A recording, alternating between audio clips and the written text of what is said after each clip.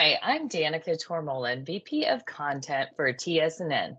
I'm joined today by Ashley Vanderstuyf, who is the show manager for PPAI, and I want to welcome her to the show today. Hi, Ashley. Thanks for taking a few minutes of your time to join us today.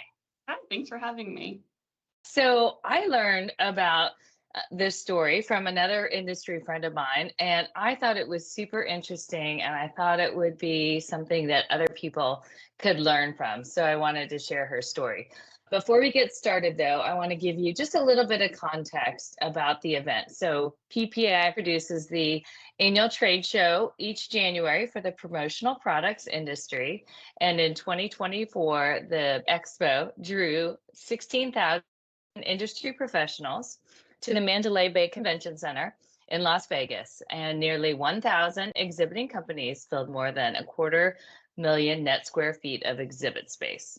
As part of the expo, each year the association hosts the biggest party in the promotional products industry. PPAI had been planning to host this year's shindig themed The Ultimate Tailgate on January 17th at Allegiant Stadium, the home of the Super Bowl 58 on February 11th. So a little less than a month before it was supposed to go off. So the association signed a contract with the stadium, but the NFL had the right to cancel that contract up to 60 days out.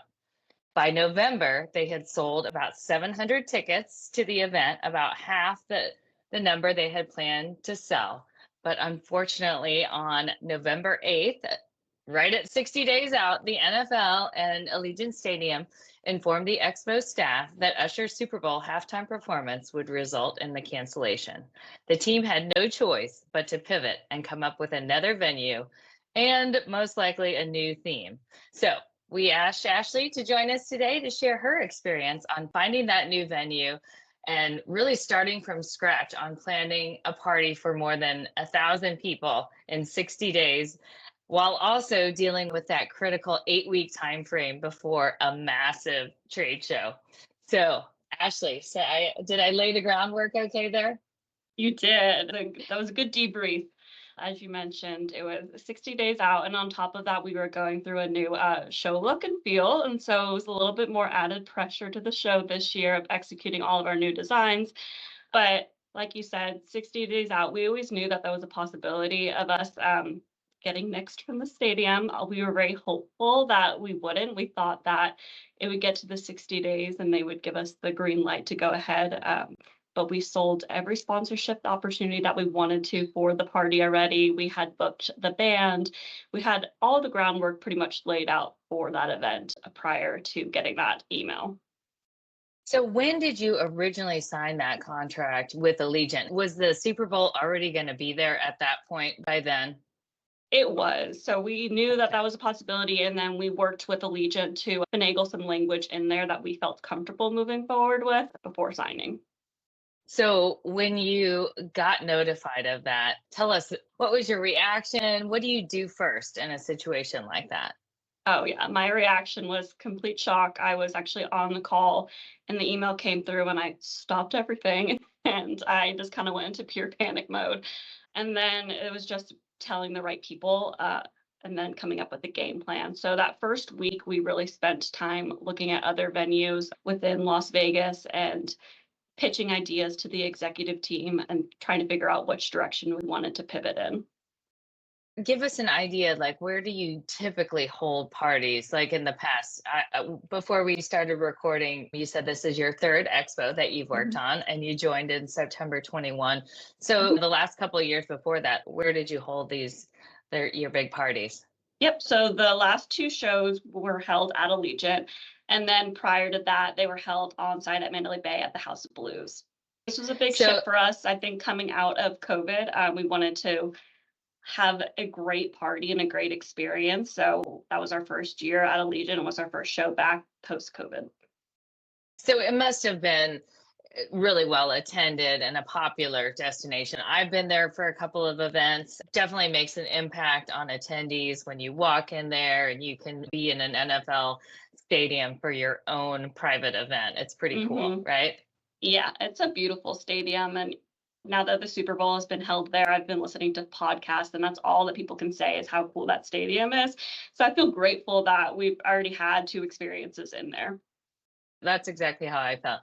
So tell us, so you decided to go with the Mandalay Bay Ballroom, right? Mhm. So how did you come up with that? I saw there's a background story that your team did, and I'm going to put a link to that in my story as well. But selecting a ballroom and the pros and cons of that. Yeah, the ballroom was not everybody's first choice. I'll say Dale Denham, who is our president and CEO of PPAI, he was very hesitant with going the ballroom route just because it is very hard to transform a ballroom into a unique experience and kind of take them out of the ballroom and place them into a nice venue that's decorated properly. So that was definitely not our first choice, but I think ultimately we wanted to have as many people attend as possible. And so that was like the best solution for that. So I pitched a couple of Because that's a positive thing, right? That it's on site. You might have a bump in attendance if it's easy for people to get to, right in the same building where a exactly. lot of them are staying. Yeah. Exactly. And that's why Allegiant was so great because it was literally just a couple of minute drive from Mandalay Bay.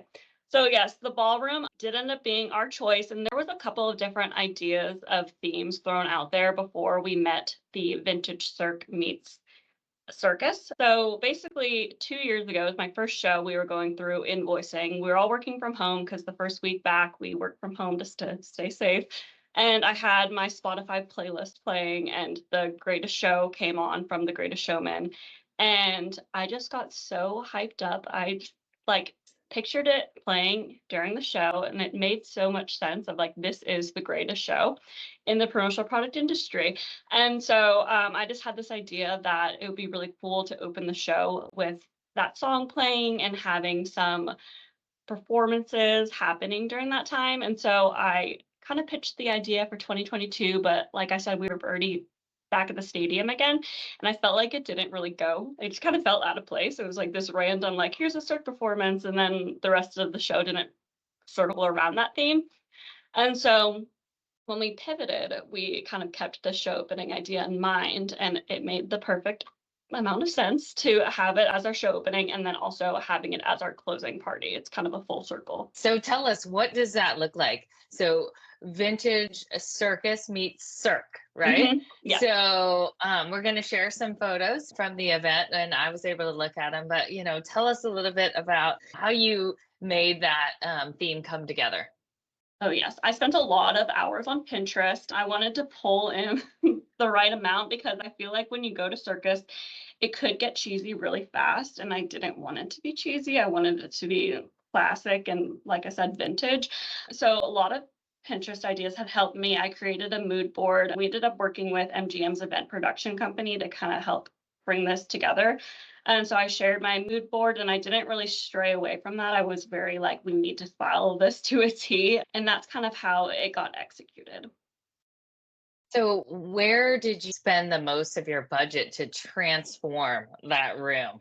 So you don't feel like you're in a hotel hmm ballroom, because that's what a lot of people fight, right? As show organizers, easy to host it in a ballroom, but then you don't want to not have the personality of the hmm destination or have it be unique, a real standout event. From what I heard, it was a really standout event and one that people wouldn't forget. Oh, thank you. Yeah. So most of the budget was allocated towards the drape. Surprisingly, we did drape, I think it was 16 feet high, all around the ballroom, blue, red, gold, alternating. And then we had some swoop drape come in. So you really felt like when you walked into that room, you were not in a ballroom. It felt like you were under the big tent, as people like to say. So that was probably the biggest amount of our budget was the drape. And then we added some cool little features, like instead of having your regular bars, we did a carousel bar. So they made it into a nice 360 circular bar, had some horses there. They were supposed to be for decor. People ended up sitting on them. You know how it goes, but it was really cool. What are your plans for next year's event when you look ahead? Like, where are you booking? Do you already have a venue in mind? We have some ideas. I think that this year being in the ballroom, it kind of opened our minds and our eyes to like the future possibilities. I think our goal is to alternate to different venues. And so we could be back at the stadium, we could be trying different offsite venues, but we're open to going back to the ballroom. It's so easy when it's on site, especially if you can transform it with Hmm. decor and maybe spend that budget that you were going to spend on a venue rental, because I do know that the venue rental for Allegiant isn't small. So, what lessons did you learn from the experience? What are some of the standout lessons that you think would be helpful to other show organizers or event organizers who might be listening? Yeah, so I think what was challenging for me is I love to plan every detail myself. So this year, fully working with an event production company was new for me, just because the past experiences I was planning and booking all of those other vendors. So that was like interesting to let go a little bit and trust your vendor partner, especially in that aspect. Definitely having contingency plans in place. Like we said, we always knew this was a possibility. We had some backup plans up our sleeves, but like really having that ironed out is probably a better idea for future. But I'm hoping this never happens again. Sure, of course. Did you work with that event team because you were in crunch time, or Mhm. would you do that again, I guess? I'm definitely open to working with them again. I think if we had more time, we could rely on some of our other vendors that we work with. But event planning is such a collaborative space that this was just a little bit like I had to be really hands off and let them do their work and not be in the weeds as much. And I think that was the biggest challenge of it. So, how many people ended up purchasing tickets and showing up? Yeah, so we had throughout the night, we had about 1,000 attendees. So that was amazing. We were really hoping for that outcome, but I don't think we were truly expecting that. I think we would have been happy if, a couple hundred people showed up because you never know with the pivot if that's still going to interest people. And we're kind of teasing the idea and the theme up until the event. We really didn't share much before getting on site. When people started rolling in and having a really fun time, it was really cool to see. What was your favorite part of the party?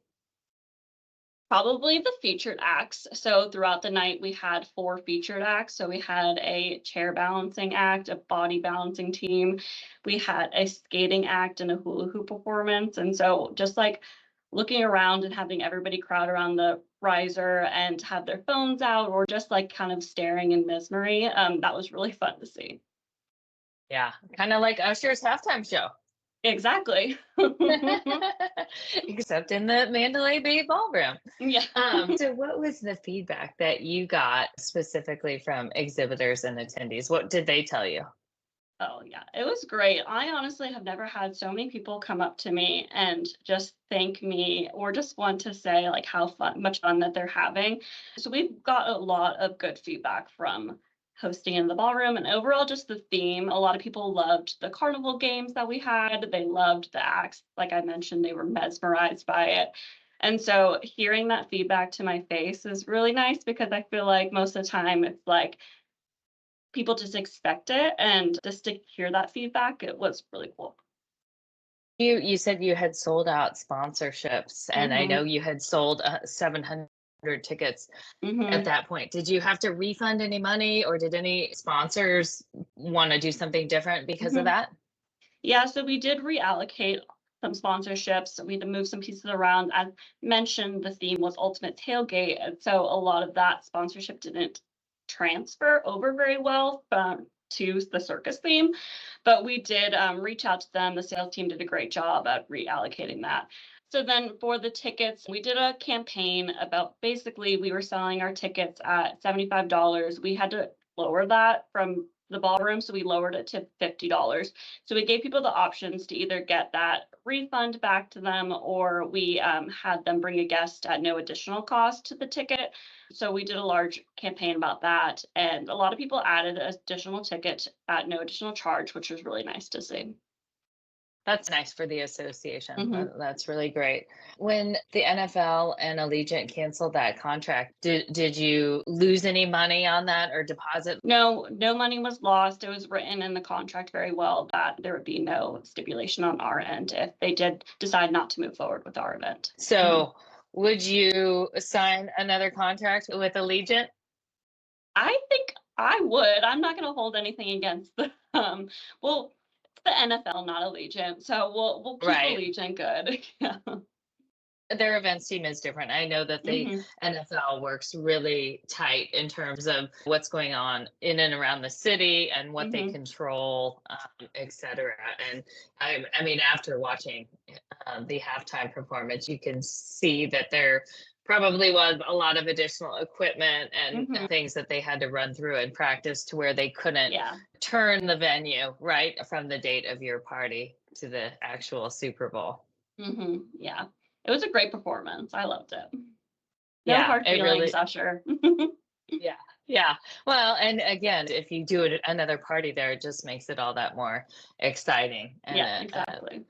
a good venue to go from. Is there anything else? Obviously, this situation was not ideal, but I don't think I would want to do it any other way. I think it gave us an opportunity to open a new door that we weren't willing to explore before. And so I think we're really happy with the outcome, and everybody seems like they had a really good time. And it was a really fun party. And I think that's all that matters, is just having fun. Yeah. And that networking component, because that's Hmm. really what it's all about, right? To get your industry together, to connect together in person.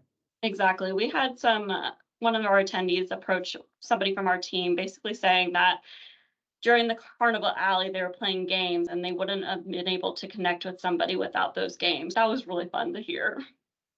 So maybe some more games, huh? Exactly. Yeah. Well, thank you so much for your time today, Ashley. I really appreciate you sharing your story with us. Yeah. Thanks so much.